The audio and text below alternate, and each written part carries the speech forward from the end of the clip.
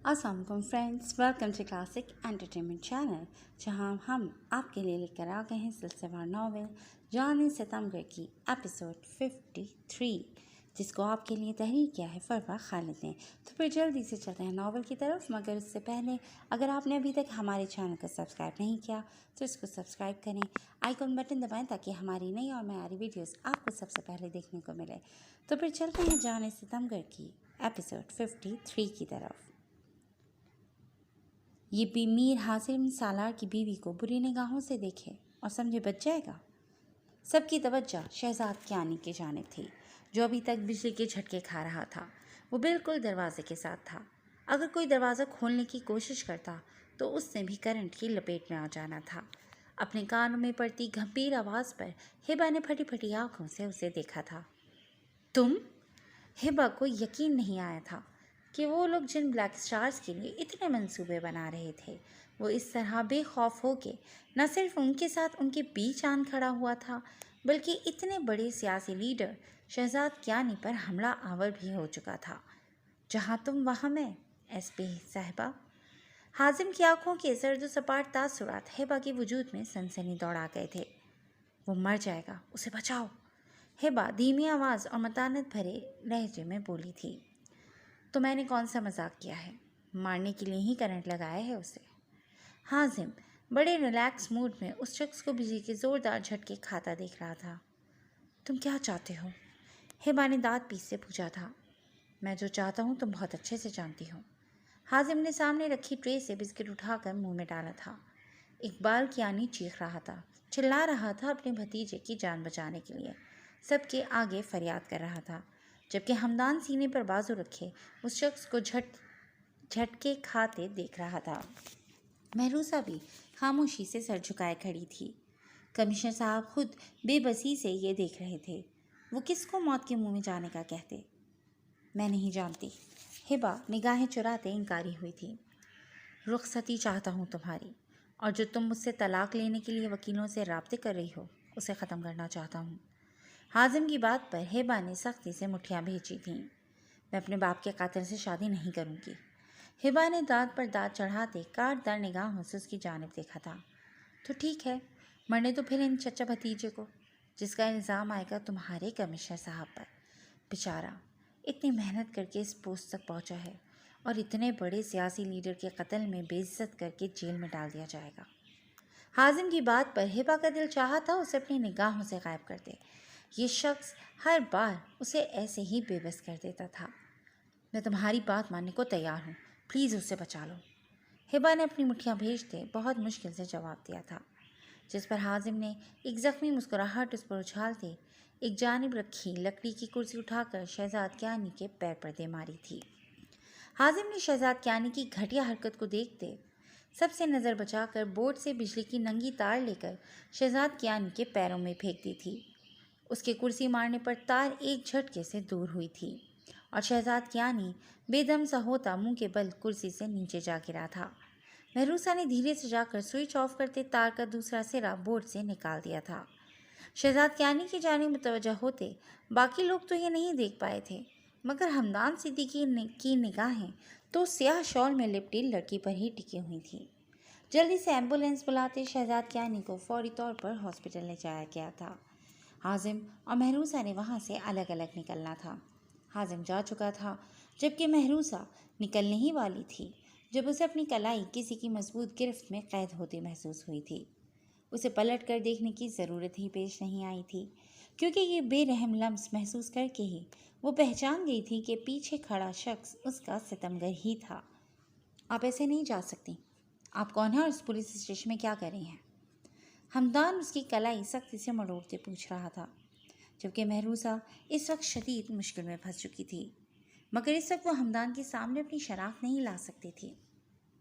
उसने बिना मुड़े झटके से अपना हाथ छुड़वाना चाहा था, जब हमदान ने उसे अपनी गिरफ्त से यूं बेकाबू होते देखकर उसकी कमर में बाजू हमायल करते अपनी जानिब खींचा था। वो दोनों इस वक्त जिस कॉरिडोर में खड़े थे वो बिल्कुल सुनसान पड़ा था। उनकी हाथापाई कोई भी नहीं देख पा रहा था। महरूसा उसे खुद पर हावी होता देखकर पलटी थी और उसके पेट पर अपना जोरदार पंच रसीद करती हमदान सिद्दीकी को लम्हे भर के लिए भौचका कर रख गई थी। उसने आज तक महरूसा के साथ फाइट नहीं की थी, इसलिए वो उसकी इन सलाहियतों से वाकिफ़ नहीं था। ये पंच कोई आम पंच नहीं था, वो प्रॉपर ट्रेंड कमांडोज की तरह लड़ना जानती थी। हमदान को शदीद हैरत हुई थी। अगर ये लड़की कमिश्नर साहब के कहे के मुताबिक और अब अपनी आंखों से देखने के बाद इतनी ज़्यादा स्ट्रॉन्ग थी, तो अब तक उसकी सख्ती इतने आराम से क्यों कर बर्दाश्त करती आई थी? उस पर जवाबी वार क्यों नहीं किया था? क्या ये उसकी बेपनाह मोहब्बत थी? हमदान अपनी सोचों में उलझा था जब उसकी गिरफ्त कमज़ोर पड़ती देखकर महरूसा वहाँ से भाग गई थी। हमदान खामोशी से खड़ा उसे वहाँ से जाते देख रहा था। उसके निगाहों से ओझल होते ही वो वहाँ से हटा था जब उसे अपने पैर के नीचे किसी शय की मौजूदगी का एहसास हुआ था। पैर हटाते वो नीचे बैठता, वहाँ गिरा सियाह रंग का इंतहाई खूबसूरत झुमका अपनी हथेली पर रखता उसे देखने लगा था। कुछ लम्हे उसे ऐसे ही दिखते रहने के बाद वो उसे संभाल कर जेब में रखता वहाँ से निकल गया था। शाहवेज़ ने तुम्हारे पेरेंट्स का कत्ल किया है और अब वो बाकी सबको मारकर तुम्हारे नाम पर मौजूद सारी जायदाद हासिल करना चाहता है।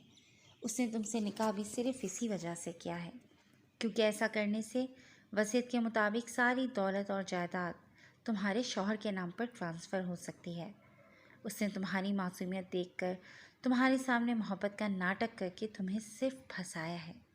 हम सबको मारने के बाद वो सारी जायदाद अपने नाम लगवाएगा और फिर तुम्हें भी मार देगा। यही है उसकी असल हकीकत। वो सिर्फ तुम्हें इस्तेमाल कर रहा है।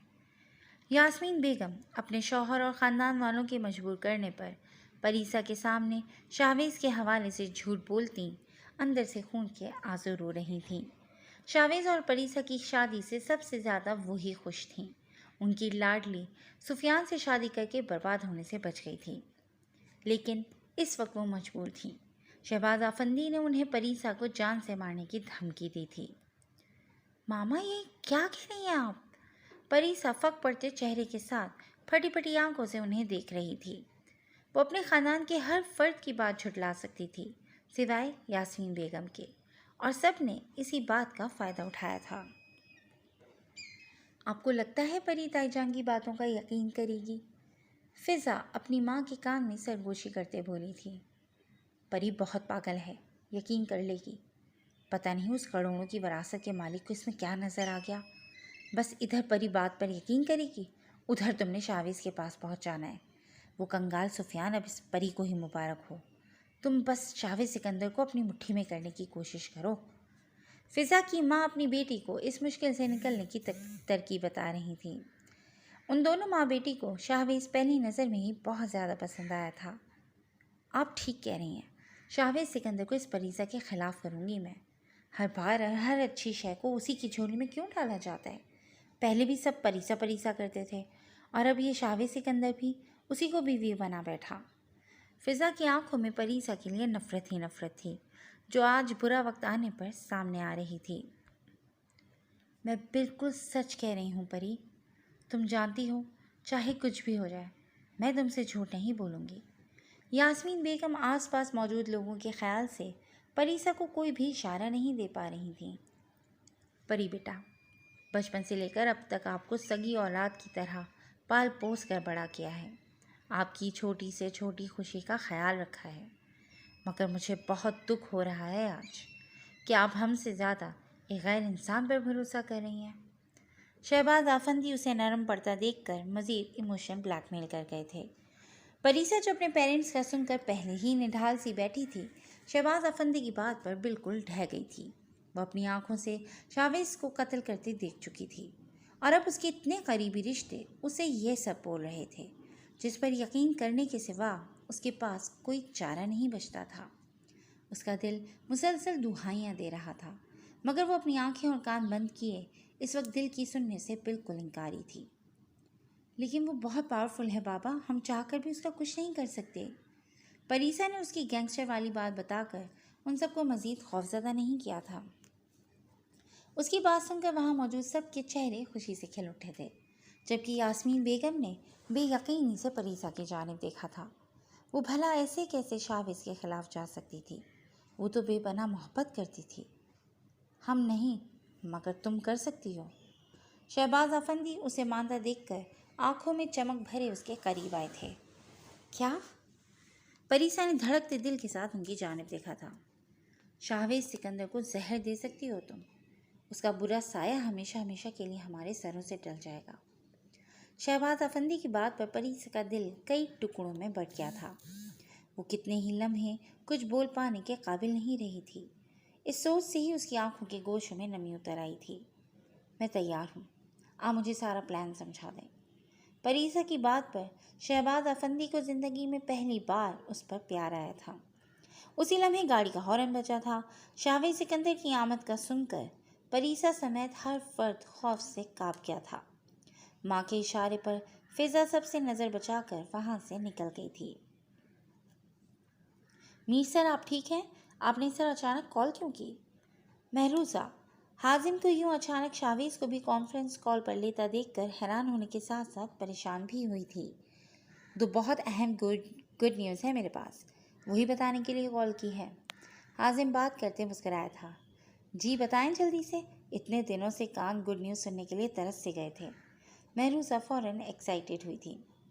جنید کو ہوش آ گیا ہے، وہ اب کوما سے باہر ہے اور بالکل ٹھیک ہے۔ حازم کی بات سن کر شاہویز اور محروسہ دونوں کے دل میں سکون سا اتر گیا تھا۔ اور دوسری خبر؟ محروسہ چہکتے ہوئے بولی تھی۔ میری شادی ہے کل، اور وہ بھی ویسی ہی شان و شوکت کے ساتھ جیسے ہم تینوں چاہتے تھے۔ کل بلیک اسٹارز پوری دنیا کے سامنے جشن منائیں گے اور اس کے بعد شروع ہوگی دنیا والوں کی تباہی۔ حازم کی بات پر ان دونوں کی آنکھوں میں بھی چمک واضح ہوئی تھی۔ بالکل ٹھیک کہا تم نے، کل کا فنکشن بہت سارے لوگوں کے لیے یادگار ہونا چاہیے۔ سب کو پتہ چلنا چاہیے کہ بلیک اسٹارز کتنے شاہانہ طریقے سے اپنی خوشی مناتے ہیں۔ شاہویز کے انداز میں عجیب سا سرد پن تھا۔ شاہ تم ٹھیک ہو؟ حازم کے ساتھ ساتھ محروسہ بھی ٹھٹکی تھی۔ وہ دونوں ایک سیکنڈ میں پہچان جاتے تھے جب شاہویز اپنے بلیک بیسٹ موڈ میں ہوتا تھا۔ جس کی بیوی اسے زہر دینے کی پلاننگ کر رہی ہو، تمہیں کیا لگتا ہے وہ شخص کیسا محسوس کر سکتا ہے؟ اور انسان بھی مجھ جیسا، جو غداروں سے ایک لفظ بھی سننے سے پہلے انہیں موت کے گھاٹ اتار دیتا ہے۔ شاہویز کے لہجے کی سنگینی ان دونوں کو پریشان کر گئی تھی، کیونکہ اس وقت اس کے غصے کو کم کرنے کے لیے وہ دونوں اس کے ساتھ موجود نہیں تھے۔ شاہ سر، پری حقیقت سے آگاہ نہیں ہے، وہ وہی مانے گی جو اسے وہ لوگ کہیں گے۔ بچپن سے لے کر اب تک وہ انہی کے ساتھ رہی ہے۔ محروسہ کو اس کے لہجے سے خوف آیا تھا۔ اس کا دعویٰ ہے کہ محبت کرتی ہے مجھ سے۔ شاہویز سگریٹ سلگاتے خود بھی سلگا تھا۔ تم کیا سمجھتے ہو، بلکہ چاہتے ہو؟ جس دیوانگی سے تم اسے چاہتے ہو ویسے ہی وہ بھی تمہیں چاہے۔ تمہاری محبت کا مقابلہ اس کی محبت کبھی نہیں کر سکے گی۔ جتنے تم دیوانے ہو اس کے، وہ نازک لڑکی اتنی دیوانگی نہیں رکھ سکتی تم جیسے مشکل ترین انسان کے لیے، جو اس سے محبت نہیں عشق کرتا ہے۔ اسے تکلیف میں دیکھ کر تڑپ اٹھتا ہے، اس کی پائل کو ہر وقت اپنے سینے کی جیب میں ڈال کر ہر وقت خود کو اس کی موجودگی کا احساس دلاتا ہے۔ اس کی ذرا سی مہک سے پاگل ہو اٹھتا ہے۔ اگر کچھ دن وہ نظر نہ آئے تو شاہویز سکندر سے بلیک بیسٹ بن جاتا ہے۔ حازم ابھی مزید بھی بول رہا تھا جب شاہویز غصے سے دھاڑا تھا۔ بکواس بند کرو میر، ہر وقت مذاق کرنے کا نہیں ہوتا۔ نہیں ہے اتنی ضروری پریسا افندی میرے لیے، نہیں مر رہا میں اس کے بغیر۔ شاہویز سکندر اضطراری کیفیت میں بولتا انکار میں بھی اقرار کر گیا تھا کہ کیسے وہ پل پل تڑپ رہا تھا اس لڑکی کی قربت کے لیے۔ تو ٹھیک ہے، تمہاری عزت کی وجہ کو ہی میں جڑ سے ختم کر دیتا ہوں، پریسا افندی کو ہمیشہ ہمیشہ کے لیے ختم کر کے۔ حازم نے عین اس کے دل پر ہاتھ ڈالا تھا۔ میں تمہیں زندہ نہیں چھوڑوں گا، دوبارہ ایسی بکواس بھی کی تو۔ شاہویز کی کن پٹی کی رگیں تنگ گئی تھیں۔ شاہ سر، یہ پریسا افندی کی چاہت ہی تو ہے کہ آپ کے بارے میں بنا کچھ جانے وہ آپ سے نکاح کر چکی ہے۔ اس کی نظر میں آپ ایک گینگسٹر ہی ہیں۔ وہ بہت معصوم ہے، جیسا سچا دل خود رکھتی ہے ویسا ہی دوسروں کو بھی سمجھتی ہے۔